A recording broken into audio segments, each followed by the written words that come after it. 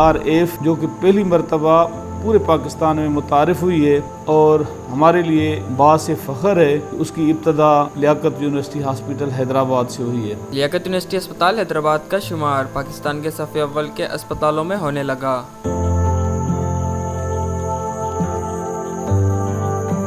Surgery की दुनिया में जदीद टेक्नोलॉजी का इस्तेमाल पाकिस्तान में करने के लिए सिविल अस्पताल हैदराबाद का इंतखाब किया गया, जहां लियाकत यूनिवर्सिटी अस्पताल हैदराबाद से ताल्लुक़ रखने वाले मारूफ सर्जन प्रोफेसर अरशद अब्रो ने अपनी महारत से 3 कामयाब ऑपरेशन किए।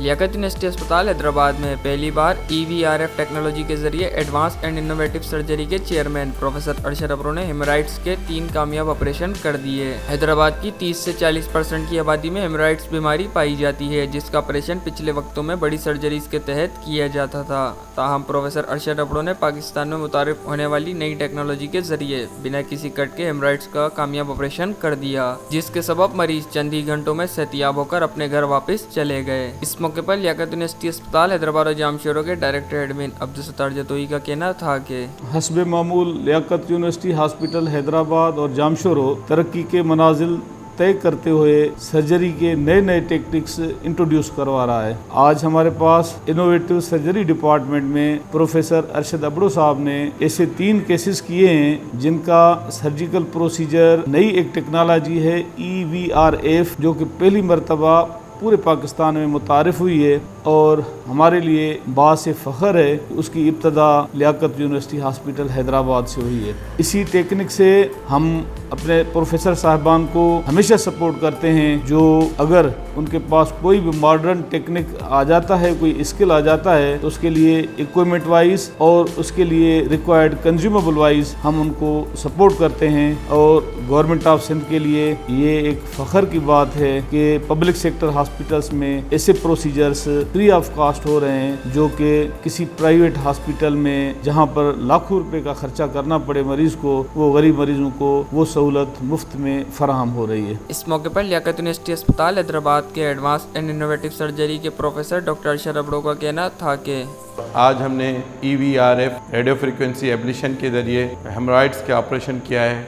हेमोराइड्स जो है वो हमारी कॉमन डिजीज़ है और प्रेवलेंस इसका जो है 30-40% आबादी में है। इसकी 3 अक़साम होती हैं, बल्कि 4 अक़साम, 1st degree, 2nd degree, 3rd degree और 4th डिग्री हेमोराइड्स। ये कॉमन प्रोसीजर है जिसमें पहले जो थी मिलीगन मॉरिगन ऑपरेशन होता था और उसमें हेमोराइड्स को जो है वो काटा जाता था। उसके बाद हेमोराइड में अंदर लाइगेशन की थेरेपी आई, उसके बाद बेंडिंग आई, उसके बाद मुख्तलिफ ऑपरेशन आए, लेकिन वो सब जो प्रोसीजर होते थे उनमें पेशेंट एक तकलीफ़ में से गुजरता था। EVRF या लेज़र जो भी टेक्नोलॉजी अब आ रही है हेमोराइड्स की ट्रीटमेंट में, वो एक डे केयर प्रोसीजर है और इसमें पेशेंट को कोई ऑपरेशन की पेचीदगियाँ नहीं होती हैं, बल्कि एक मशीन के ज़रिए से रेडियो फ्रिक्वेंसी एब्लेशन उन जो हेमोराइड के अंदर जो वेसल्स हैं उनको ख़त्म किया जाता है। ये पाकिस्तान में अपनी नौयत का पहला ऑपरेशन है। ये जो मशीन है ये बेल्जियम से यूरोपियन मुल्क ने इसको बनाया है और इसके ऊपर तहकीक करके इसको FDA और CE अप्रूव है।